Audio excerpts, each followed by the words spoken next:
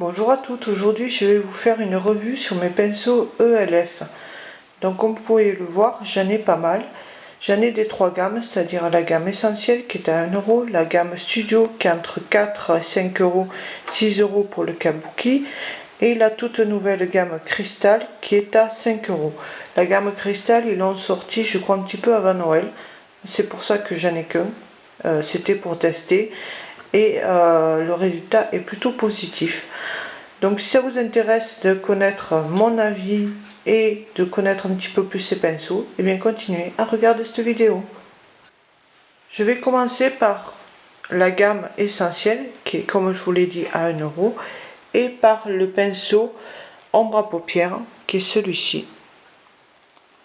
Je le trouve un petit peu large, mais il est pour la paupière mobile.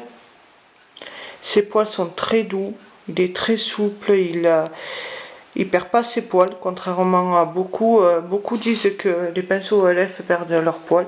Moi, personnellement, tout ce que j'ai ne perdent pas leurs poils. C'est peut-être que je suis bien tombée, je ne sais pas. Pourtant, je les ai lavés plusieurs fois, mais ils sont comme neufs, quoi. J'en ai même deux d'ailleurs de celui-ci.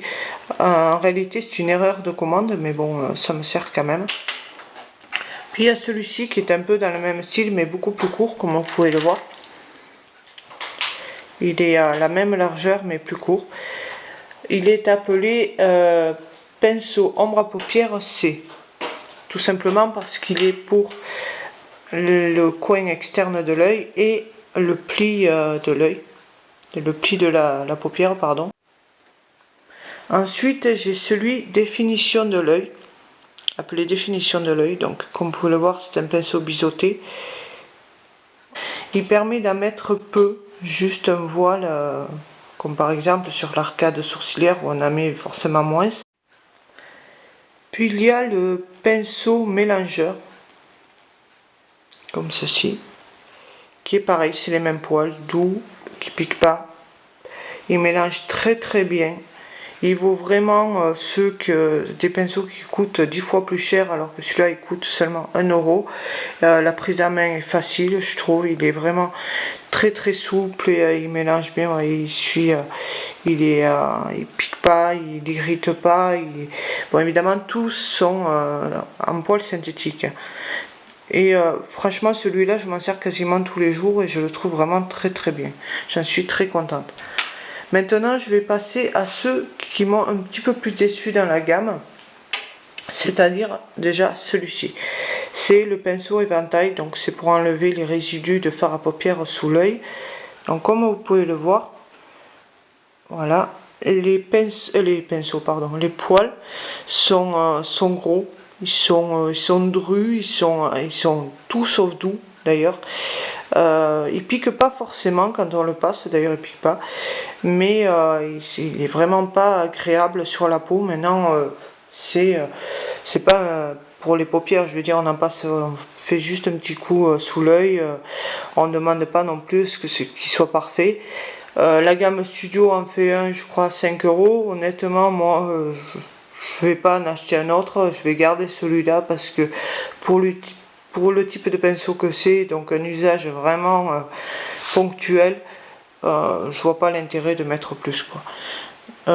Il perd pas ses poils non plus. Par contre, ils ont tendance à s'onduler quand on le lave, mais bon, il reste quand même en forme, comme vous pouvez le voir. Et c'est une déception sans être une. C'est une déception dans le sens que le poil n'est pas doux, mais sinon il fait bien son job, quoi. Il n'y a pas de souci là-dessus, quoi. Puis il y a le pinceau correcteur. Donc il est pour appliquer du correcteur sur des boutons, des petites cicatrices, etc. Je vais essayer de faire un zoom, mais j'y arrive. Voilà. Par contre, celui-là, il est extrêmement dur, comme vous pouvez le voir.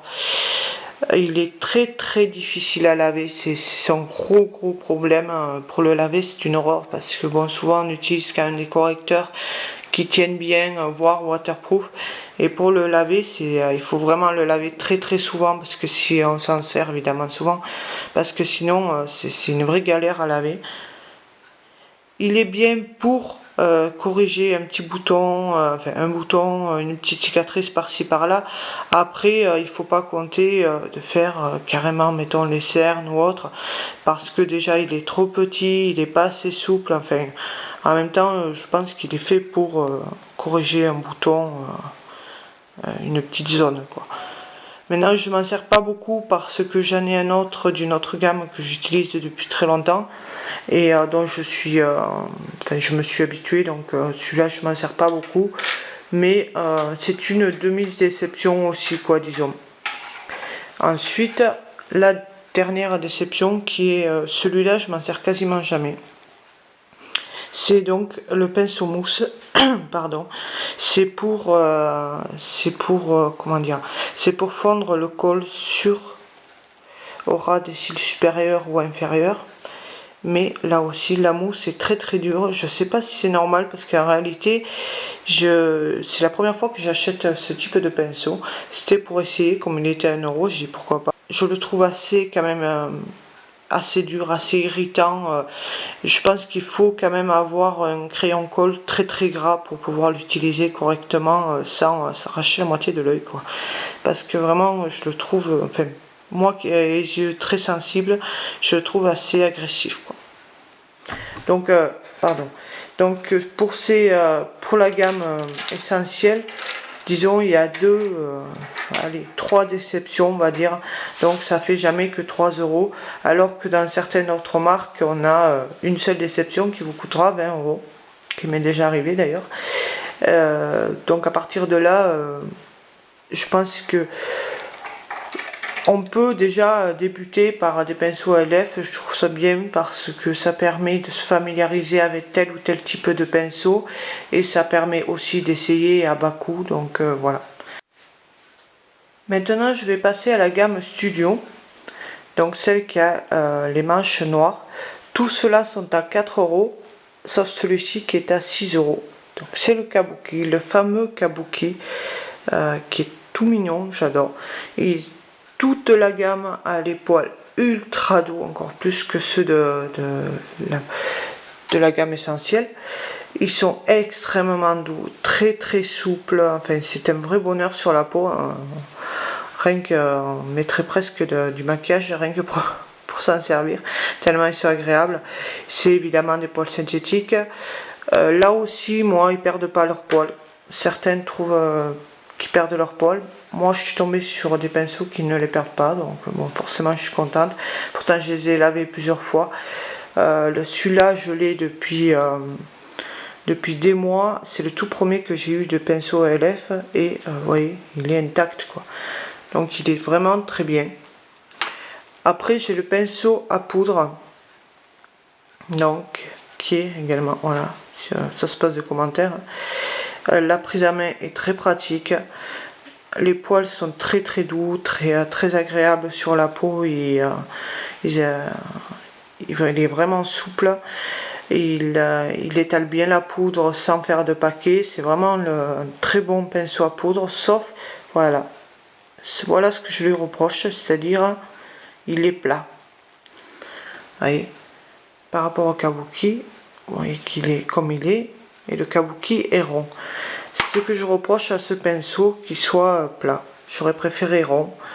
Maintenant, dans cette gamme, j'ai vu qu'il y était, et apparemment il est rond, donc peut-être je me le prendrai. Je sais pas, je verrai. Donc celui-là, je m'en sers tous les jours. 4 euros. Puis il y a celui-ci qui est pour la poudre et le blush et le fond de teint, je crois. En tout cas, moi je m'en sers pour le fond de teint. Vous voyez, j'applique mon fond de teint en mouvement rotatif et vous voyez, il accroche pas, il suit vraiment bien le mouvement. Il est plat. Et ce qui est intéressant, c'est que comme le bord et la tranche est vraiment prononcée, c'est très pratique pour les ailes du nez, le coin de l'œil, les zones, disons, un peu plus difficiles à maquiller. Il permet d'appliquer le fond de teint soit de façon assez couvrante, soit au contraire juste un voile, comme mettons avec une bébé crème ou tout. si on veut un maquillage très léger. Il permet les deux fonctions, contrairement à ce qu'on peut croire, étant donné que les poils sont quand même assez serrés, le pinceau est assez fourni. Il permet tout de même de faire, enfin, moi franchement j'en suis ravie, et c'est celui que j'utilise tous les jours. Puis il y a celui-là, pinceau conique, qui est un pinceau mélangeur. Alors sur le site il parle pour mélanger le fard à paupières. Alors j'avoue que ça m'intrigue un petit peu parce que il est quand même plutôt énorme quand on voit le pinceau à paupières. Voilà. Donc c'est assez énorme. Par contre il est top. Moi je m'en sers pour appliquer la poudre pour fixer l'anti-cerne. Parce qu'autour de l'œil il permet de mettre de la poudre de façon bien précise, sans faire de paquet, et de façon à bien fixer l'anti-cerne ou zèle du nez par exemple, etc. Donc toujours pareil dans des zones un peu plus difficiles d'accès du visage. Il est toujours pareil souple, mais je m'en sers aussi pour le blush. Je le trouve vraiment bien pour le blush. Là aussi, il permet de faire des mouvements rotatifs ou d'étirer, n'importe comme on veut. Donc celui-ci aussi, je m'en sers très régulièrement. Puis pour les yeux, j'ai celui-ci, qui est un petit pinceau à paupières. Si on veut une coloration assez light, il est nickel, quoi. Je le trouve très bien. Je m'en sers là aussi pratiquement tous les jours, pas plus tard que ce matin. Et l'avant-dernier, qui est un pinceau eyeliner. Moi je m'en sers pour appliquer du fard à paupières en eyeliner pardon, en l'humidifiant.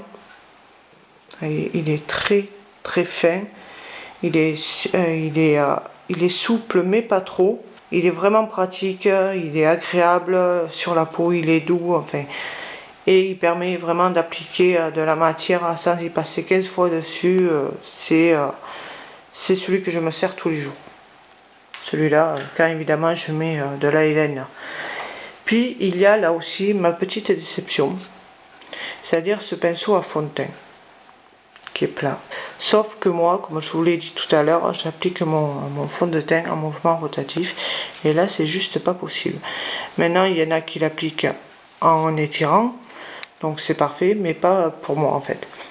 Donc moi je m'en sers pour le contouring ou le blush, tout dépend. Donc je m'en sers pour ça. Mais c'est vrai que celui-là je m'en sers du coup rarement. C'est le dernier que j'ai acheté. Un des derniers que j'ai acheté. Les derniers ce sont ces deux d'ailleurs. Donc je m'en sers, je m'en suis pratiquement jamais servi. Pour être honnête.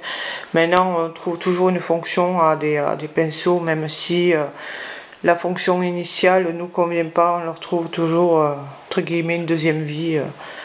C'est l'avantage des pinceaux, quoi. Et enfin le tout dernier, qui est donc la toute nouvelle gamme Cristal. Je le trouve juste magnifique. Donc le manche, vous voyez, il est transparent, il a des petits picots qui font comme des effets diamants. Il est à 5 €. Ouais. C'est un pinceau à fond de teint aussi, donc le problème est le même que pour celui-ci. Donc celui-là, c'est mon pinceau illuminateur. C'est-à-dire je m'en sers pour mon illuminateur, qui est celui de chez The Balm, qui est une pure tuerie au passage. Je vous en parlerai, pardon, je vous en parlerai certainement dans une prochaine vidéo. Donc cette gamme, il est fond en couleur, donc comme celle-là, ça ne veut pas faire mise au point, voilà, mauve ou rose ou bleu, qui paraît turquoise sur le site. Je pense que c'est un bleu turquoise. Et la dernière couleur, c'est un blanc, enfin un blanc, c'est un argent, parce que forcément là ça fait argent, et avec les picots etc, là aussi ça fait effet argent. Ils sont magnifiques, il faut être honnête, on n'a pas envie de les laisser dans un pot, on a envie de les montrer, parce qu'ils sont vraiment beaux. Donc je pense que je vais tenter le pinceau à poudre, comme je vous ai dit, parce qu'il paraît rond. Par contre, pas sûr que je prenne la même couleur. Peut-être que je changerai parce que pourquoi pas avoir un éventail de couleurs, ça c'est sympa. Je pense qu'à l'avenir, je commanderai dans cette gamme. Cette gamme fait beaucoup moins de pinceaux que les autres. Je pense que c'est aussi parce qu'elle est récente. Mais en tout cas, honnêtement, pour 5 €, on a un très beau pinceau. Les poils donc sont très doux. Sur le site, ils paraissent drus, un petit peu comme... ils ont l'effet de celui-là sur le site. On a l'impression qu'ils sont comme celui-là. Alors qu'au contraire, comme vous pouvez le voir, ils sont souples, ils sont doux. Ils sont agréables, ils piquent pas du tout. Enfin, c'est vraiment... ils sont comme les studios. Voilà, c'était ma revue sur les pinceaux ELF. J'espère que cette vidéo a pu vous aider, que j'ai pu vous guider peut-être dans un éventuel achat. En tout cas, que j'ai pu vous donner une idée assez précise de chaque pinceau. Donc si vous avez des questions, n'hésitez pas à me laisser un commentaire pour m'en poser. N'hésitez pas à me laisser un commentaire aussi pour me donner votre avis, si vous connaissez ces pinceaux, pour me donner votre avis sur cette vidéo. Et en attendant une prochaine vidéo, je vous dis à très bientôt.